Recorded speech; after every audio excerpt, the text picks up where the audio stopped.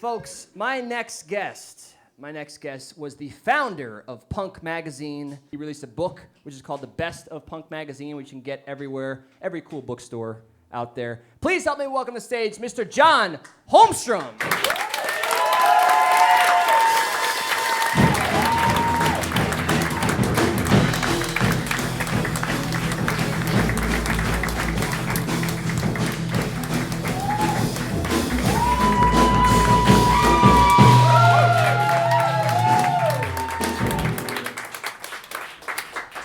This isn't for me, right? I don't deserve this. I think you deserve a mug myself. What do you think, folks? Oh, stop it. Please keep applauding. Oh, stop it. Seriously, okay, never mind. Hey, man, long time no see.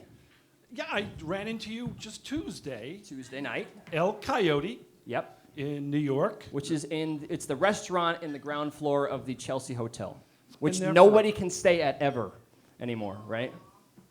Sadly. Right. And we were there for our memorial service. Unfortunately, yes. For Lee Black Childers. Legendary photographer. Managed the Heartbreakers. Manager of the Johnny Thunder's Heartbreakers. And worked with David Bowie. Mm-hmm. Really great photographer. And in attendance was David Johansen, Debbie Harry, Richard Hell, and Danny Fields, who got his start as a WFMU DJ back in the 60s. It was cool that you introduced me to him, and we've been emailing back and forth, and he actually sent me some of his old WFMU playlists that he has scanned. Did? I wanted to hear about this. What did he play? He played a lot of Motown, a lot of soul, a lot of MC5, who he was, I guess, managing then, right? He was involved in A&R or something, but Something like that. no Beatles. No Beatles. Did He had a rule. play He had a rule, any- no Beatles on this radio show. But yeah, I thank you. I'm forever indebted Sure. that you introduced me to Danny Fields. Thank Danny you. Fields actually wrote this original story where John Lennon claimed the Beatles were bigger than Jesus. Really? Did you know that? I didn't know that. Worked at 16 Magazine, managed the Ramones, and Steve Forbert. Legendary guy. Well, the book is finally out, and this was a long time coming. This is the Best of Punk Magazine, which is everywhere online and in cool bookstores, right? Yeah, it took a very long time to put that thing together. We had to get permission from everybody to run their photograph or drawing or article. And what I thought was a lot of fun was we often had people in the bands contributing to the magazine. Mm-hmm. So Chris Stein, the guitar player for Blondie, was also a great photographer. He's got a book coming out in September of his photographs. So we had the best pictures of Debbie ever because they were taken by her boyfriend. Yeah. We had even a naked picture. And hundreds that we haven't seen, folks, but... Yeah, We'll and see. then Joey Ramone did some drawings surreptitiously. And he wrote a couple articles, too, right? He actually worked on the photo comic Mutant Monster Beach Party. Legendary. He wrote some of the lyrics, and he wrote some of the scenes. Like there's a scene where he's hitchhiking and he gets picked up by a UFO, and they've all got Band-Aids all over their face. And he's thinking, I wonder why they're wearing Band-Aids. And they telepathically hear him and say, in Pig Latin, that they had a rough landing. So... What you did for these fumettis, you call them, right? Yeah. Is you kind of cut and pasted actual photos with sort of your illustrations on top of that and made sort of like a comic book movie from real pictures. Right. And yeah. Mutant Monster Beach Party, of course, being the biggest sensation out of punk. And you even had an opening, right, recently? Yeah, we had a gallery opening at Boo-Hoo Ray on Canal Street. I recommend it to anybody who likes... oddball culture, you know. He recently inherited Africa Bambaata's record collection. I saw that.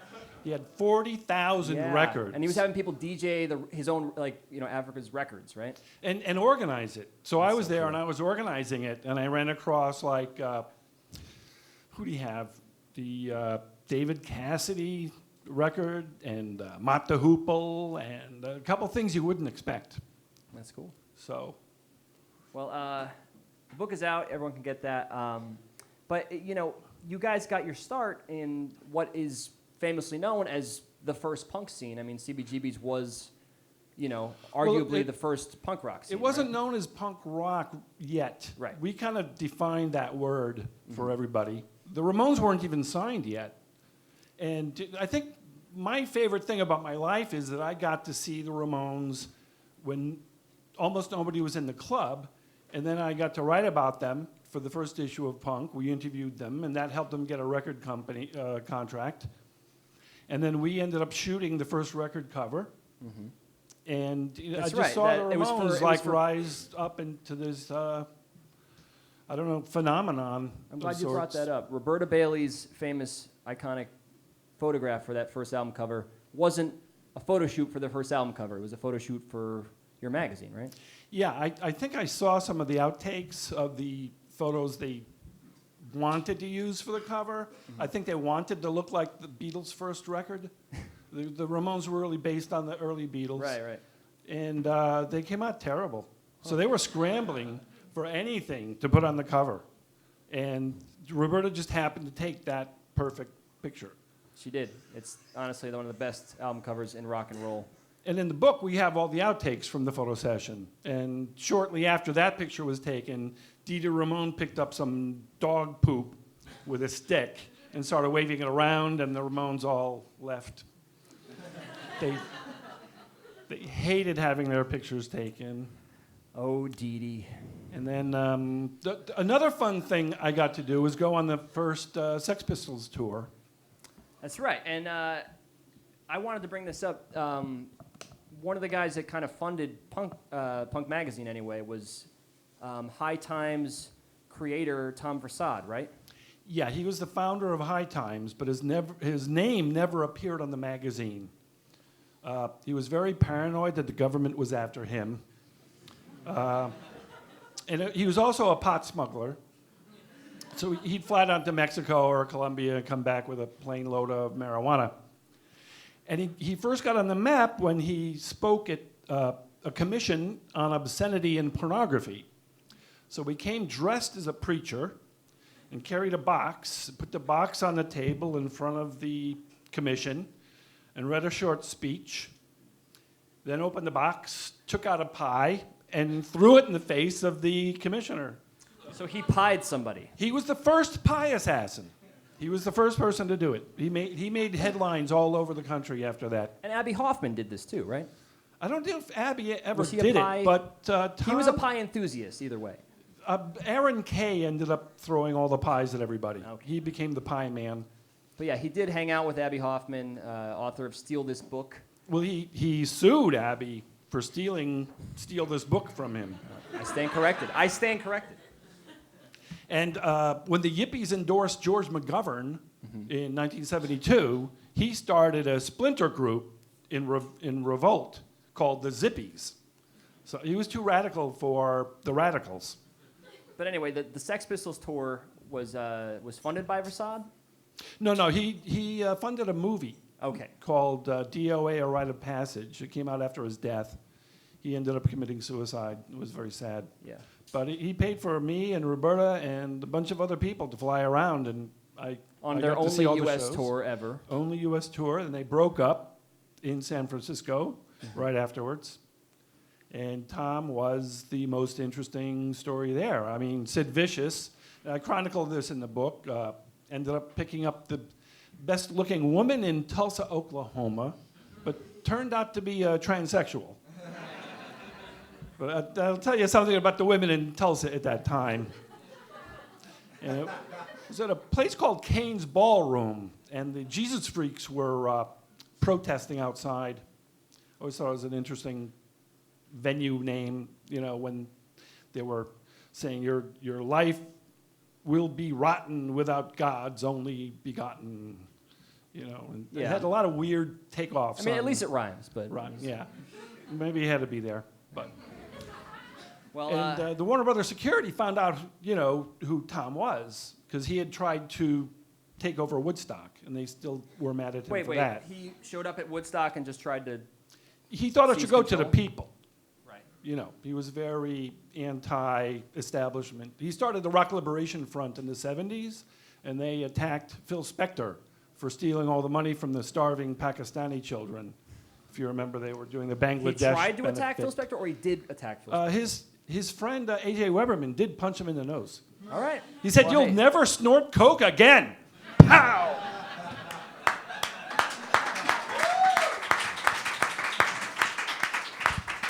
I will speak for everyone when I say that man had it coming.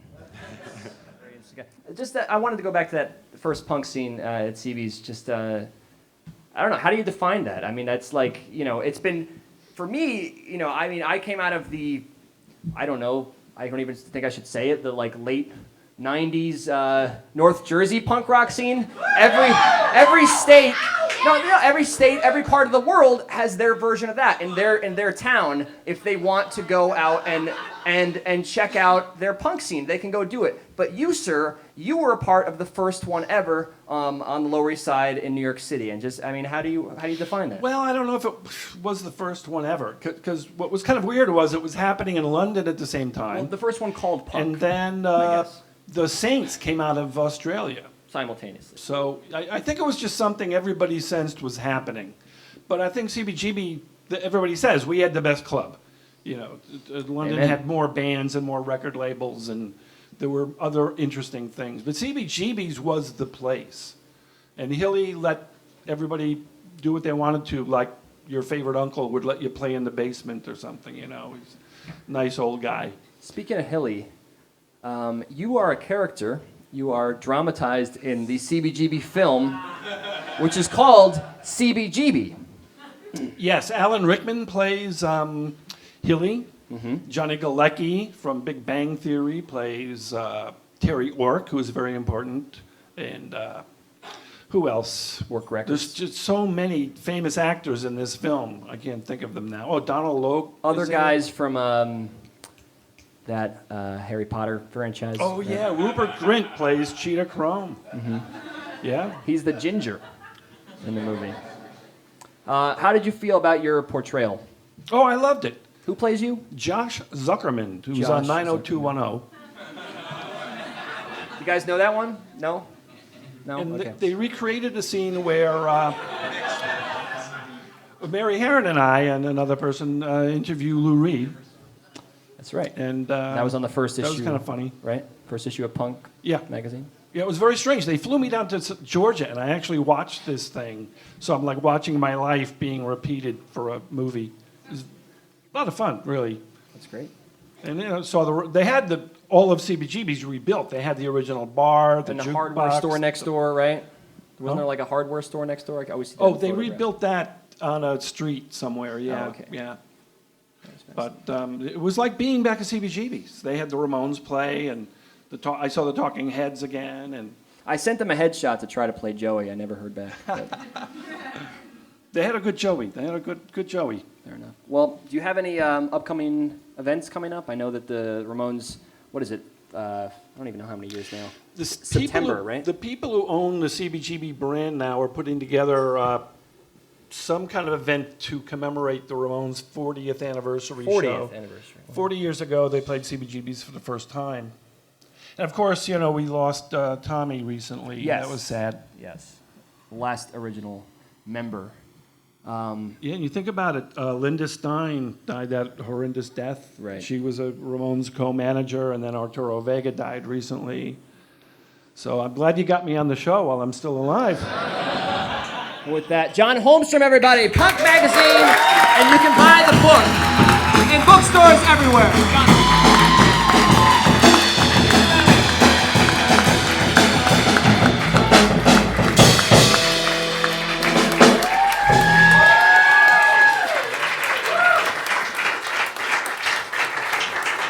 John, I left your book on the top of the grand piano. I forgot to give you the book.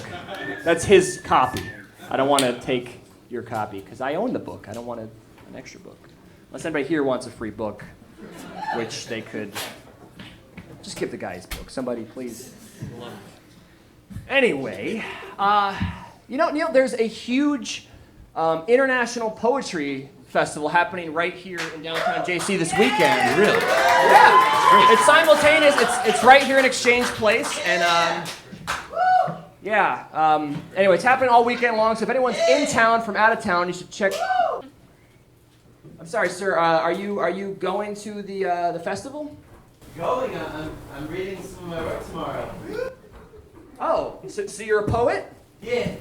Oh, okay. Well, great. Anyway, my next guest. I'm sorry. My next guest is. Do you want me to read a poem to the audience? Yeah. All right. Sure. Why don't you come up, strange man? You want to play this guy on, maybe?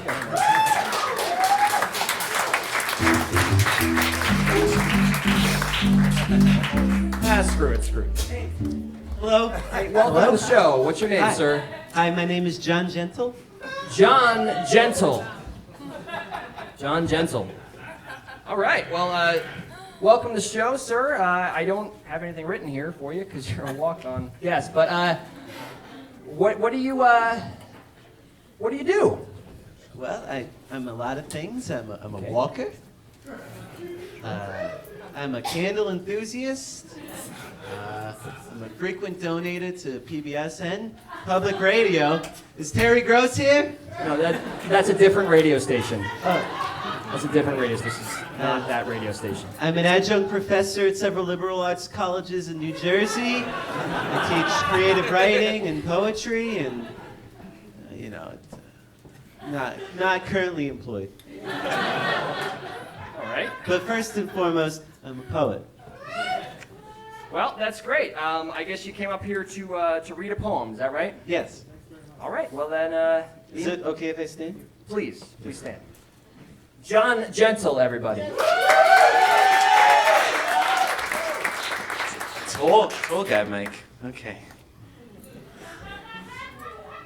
So I just jump right into it? Yeah, we didn't plan this, so yes, please go ahead. Okay. We'll do something fun. Early Sunday morning, alone on Hudson Street, looking at the towers, or where they used to be. Lives were lost and wars began, but that's not why I cry. It's that missing piece of city, filled with empty sky. 9/11. All right, okay, that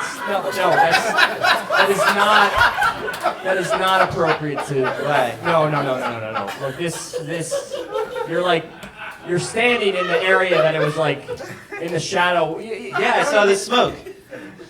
Where are you from? I'm from Passaic, the home of the Ronettes. Okay. Sir, you can't come on my radio Can show. I do another poem? Do you guys want to hear another poem from John Gentle? All right. Well, Lord help us all. Alright. John Gentle. This one has a happy ending. Happy ending. Yes. Okay. It's about someone I met on a train, and we could all. I'm a bit of a lonely soul, and this takes me back to a day. But I think we all agree the worst. There's one day that's worse than 9/11, and that's 2/14, right? So this one's. That. You mean Valentine's Day? Yeah. So, Please read the poem. okay. It's up here.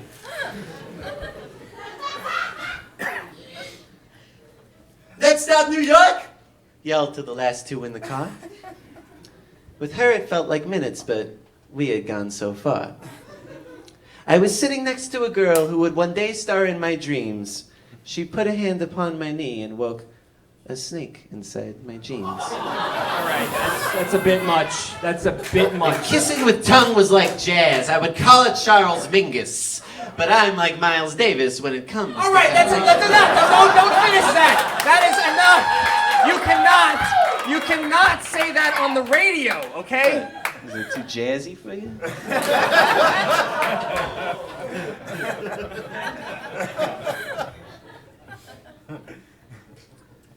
Can I do another poem?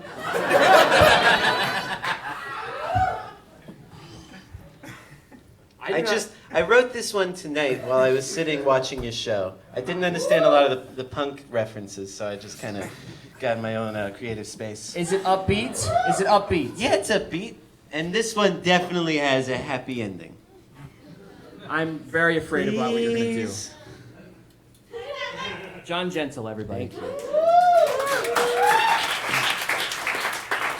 you. I'm a little rusty because it's new. She was sitting in the front row, and she had brown hair. She might have been here with her lover, but I didn't care. Because I couldn't help myself, my mind started to drift. To her, I was a stranger, but then I thought, what if? What if we left this funny show? My mind started to wander. What if we were meant to be? I couldn't help but ponder. The places that I've dined alone, I dreamt that I would take her. I dreamt the smell of her perfume, us dancing to Chet Baker. I dreamt this in a bookstore. Oh, yeah. Yeah. I dreamt this in a bookstore, debating Freud and Jung. I dreamt of giving foot massages and kissing deep with tongue. Yeah. I dreamt of lighting candles. I dreamt of getting naughty. Her hair went back in ecstasy as I diddle with her body.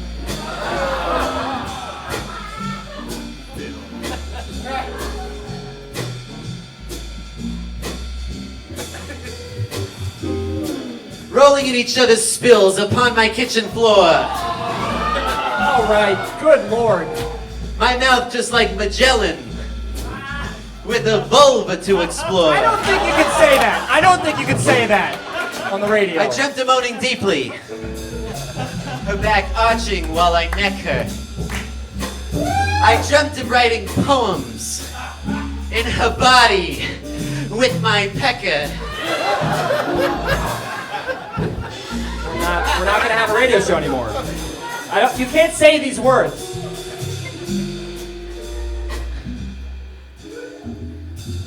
I dreamt this in a carnal state. A bed soaked with sweat and lube. I dreamt us both post-coitus, watching game shows on the tube.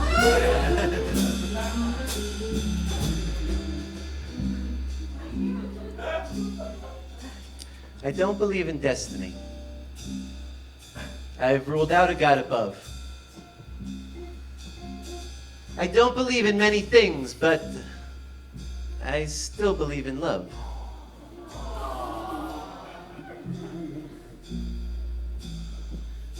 But it only starts when I step off stage to the girl in the plaid dress. I ask her out to dinner, and her reply is,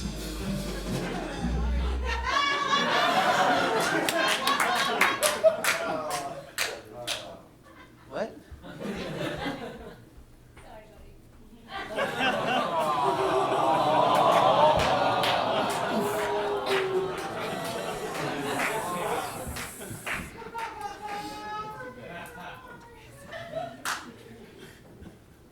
I'm so sorry about how that worked out. I was a little mad about Can the I read language. another but- poem?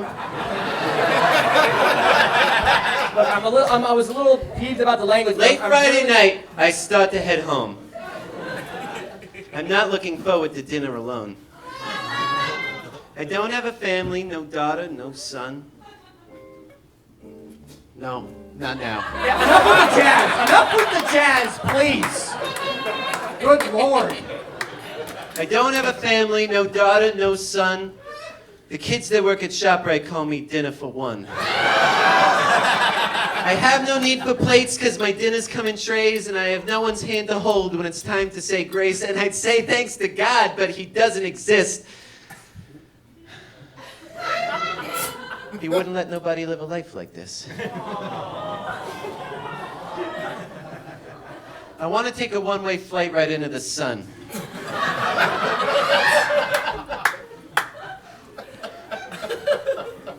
I don't have a ticket, but I do have a gun. Where is he going? Where is he? Can somebody follow him out? I don't know where he's. Can somebody please make sure he's okay? John Gentle! John! Tony! Somebody please! I'm serious. I'm worried about that guy. Is he leaving? Does he have to? He's gone. Somebody please make sure. Enough with the jazz! Please do not play jazz on my show! What is... Why would you listen to him? God.